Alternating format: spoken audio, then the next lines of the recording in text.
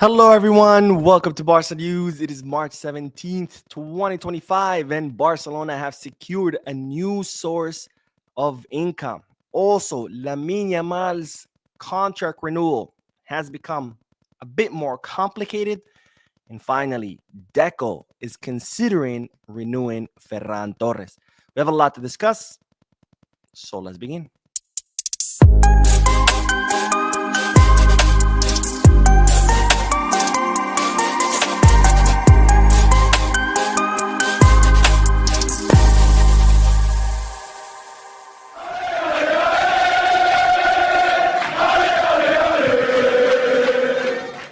Hello, everyone. Welcome to the channel. My name is Mo, and I apologize for not making any videos this weekend. I had to take a last-minute trip out of town. I was incredibly busy. I wasn't able to do any videos, but now I'm back home. It's 2 a.m., 2:30 or 2:21 a.m. in New York City, but don't worry because I'm ready to bring you all the news from the weekend so you could be all caught up. Having said all that, make sure to hit the like button, subscribe to the channel, drop a comment.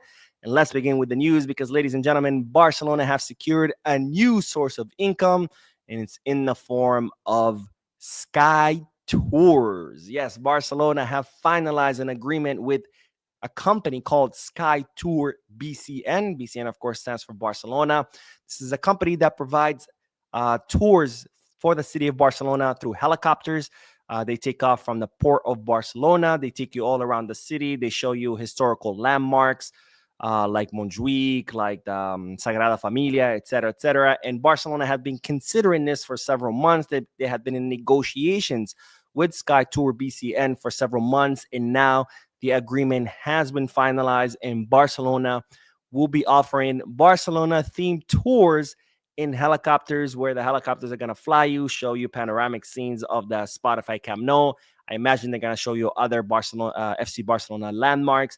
But the agreement is sealed. They're going to offer a variety of packages through the Barca Museum, which, of course, these packages will include an entry to the museum. So you get to fly around the city, see FC Barcelona landmarks.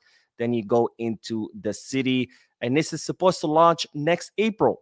So right around the corner. And it's going to, of course, generate new revenue for the club, because Barcelona will get a percentage or a commission from each one of these packages sold. So Laporta and his board continuing to work on finding new streams of revenue, because, of course, in order to get out of debt, first you have to cut your spending to bring it under control, because we were spending more than we were bringing. Now that's not the case. We brought our spending down. And, of course, Laporta has been working on increasing the revenue, because the more you make and the less you spend, the more profits you make, and that's how you pay off your debt. And, of course, Laporta has done a great job signing 30 plus sponsors who have all been new sources of revenue, and now yet another source of revenue through these Sky Tours, Barcelona-themed Sky Tours through helicopters. Now, it's reported that the club are also working on private flights for people who are going to be, watching matches. If you're really rich, you have money to spend, you can buy probably a package that I'm sure is going to include VIP seats or VIP boxes with food and a private flight and a ticket and blah, blah, blah. They're still finalizing that. But for now, they have finalized the Sky Tours through the helicopters with Sky Tour BCN. So definitely good news for the club. Now, from good news, we go to bad news, because, ladies and gentlemen, we do have a FIFA international break. Yes, another FIFA international break. We had 3 of those during the first half of the season. Now we have another one, and they wonder why players keep getting injured, why they're blowing their ACLs. But the bad news is, of course, that Barcelona are going to lose 15 players to this FIFA international break, with, of course, Spain announcing their list of players that they have called up. They have called up, of course, Iñigo Martinez, who very well deserved call up to the Spanish national team, Pau Cubarsí, Marc Casado, who also gets a very well-deserved call-up to the Spanish national team, Pedri, Dani Olmo, Lamine Yamal, and, of course, Ferran Torres. Now, the 2 players who have not been called up to the first team, surprisingly, were Gabi and then Balde. I was very shocked with Alejandro Balde. I mean, Balde, I think he's kind of making a case for being the best left back in all of Europe right now, but he hasn't been called up. Of course, bad news for him, but great news for us, for the team, because we'll know that Alejandro Balde will get rest during this next 2 weeks during the international break. Now, those are not the only players, of course, that have been called up. We have Gerard Martin, Fermin Lopez, and Pablo Torre, who have been called up to the under 20 Spanish national team. Of course, we have Lewandowski, who's gonna be joining Poland. Coutinho, who's gonna be going to Brazil. Jules Koundé, who's gonna be going to with France, and then Wojciech Szczesny, who refused to be called up to the Polish national team. He told them, thank you, but no thank you. I'm focused right now on Barcelona. Of course, he had retired. He came out from retirement just to help Barcelona. So he's like, look, I'm just doing this to help Barcelona. I'm focused on my time at Barcelona right now. So thank you, but no thank you. So Szczesny refusing to go to the Polish national team. And of course, we do have Frankie de Jong, who will be joining the Dutch national team. So 15 players that Barcelona will lose to this FIFA international break. Let's hope that it all goes well and that we don't get any injuries. All right, on to the next bit of news, because Lamine Yamal, ladies and gentlemen, his contract renewal is getting a little bit complicated. Now, it's getting complicated not because there's doubts about continuing the relationship, not at all. Barcelona want to keep Lamine Yamal. Of course, you would be crazy not to want to keep him. Lamine Yamal is fully committed to the club, as him and his agent, Jorge Mendes, have confirmed time and time again. So, of course, the two want to continue the relationship, but the complication comes based on his salary. Now, Barcelona extended Lamine Yamal's contract from 2023 until 2026 because, of course, being under 18 years old, you cannot sign a contract longer than 3 years. So 2023 to 2026, that's 3 years. As soon as Lamine Yamal signed his contract renewal, he reached an agreement, a secret agreement with Barcelona to extend his contract once he turns 18 until 2030. Lamine Yamal will turn 18 on July 13th, so this summer. Lamine Yamal will be able to extend his contract. But of course, since that agreement between the club and the player, the landscape has changed. When Lamine Yamal reached that agreement, he was, of course, an up-and-coming, promising player. That's no longer the case. Lamine Yamal now is a superstar. He's not just a Barcelona star, but he's one of the best football players all around the globe. And this, of course, has changed the dynamic of this contract. Because on one hand, Barcelona understand that since Lamine Yamal is becoming one of the best players in the world, they are going to have to pay him the highest salary on the team. And this salary will become the benchmark for the rest of the players.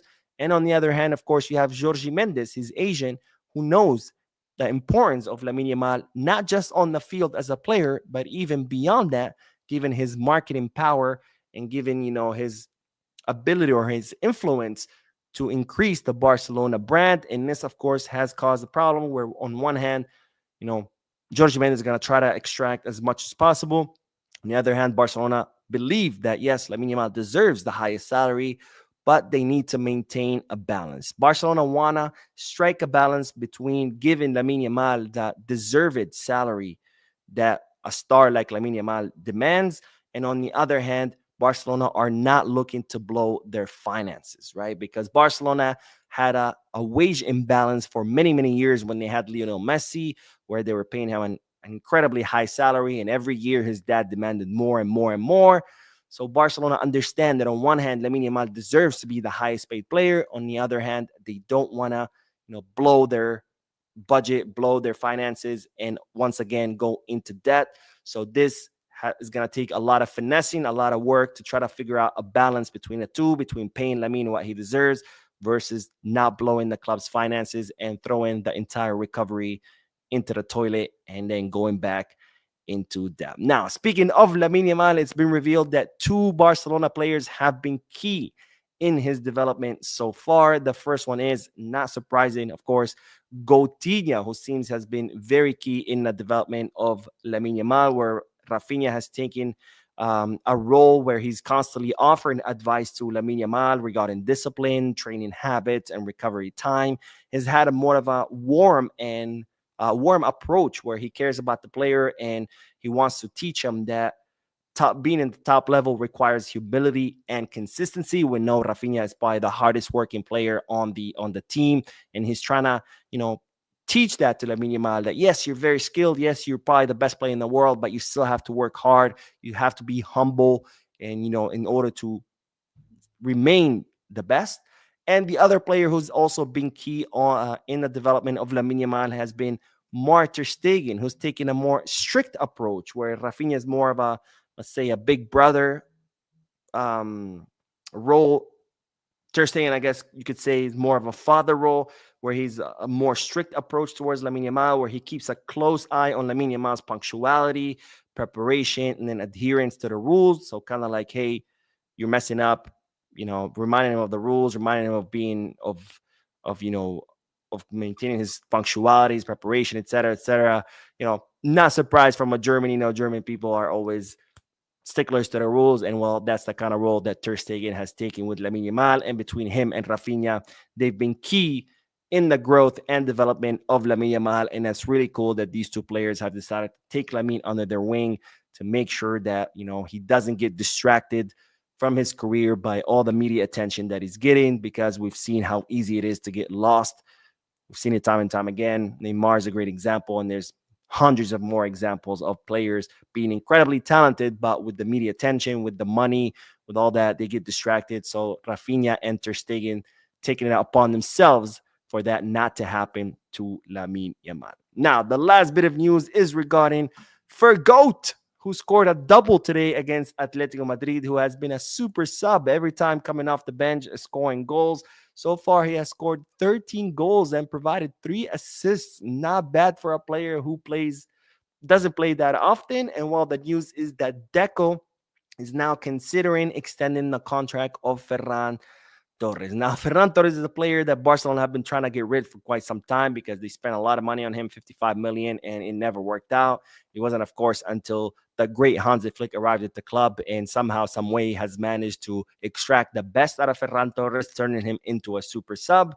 And while Deco is now considering extending Ferran's contract past its expiration of 2027, talks have not begun yet, but Deco has noted Ferran's performance and is considering initiating talks in order to extend the contract of the player. Now, I do want to hear you guys' thoughts and opinions. Do you think Ferran Torres should be renewed?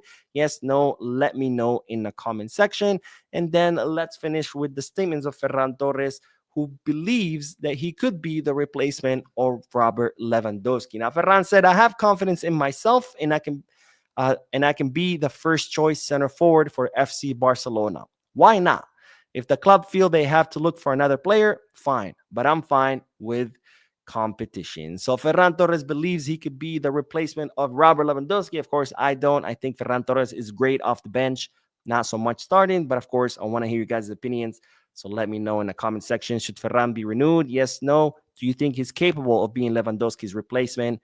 Yes or no. Anyways, that is all the news for this video. I'm going live again for the 4th time in this hour to bring you the last bit of news so you can be all caught up on everything that happened with FC Barcelona over the weekend. Don't forget to hit the like button, subscribe to the channel, drop a comment. I'll see you in a few seconds. And as always, peace, guys.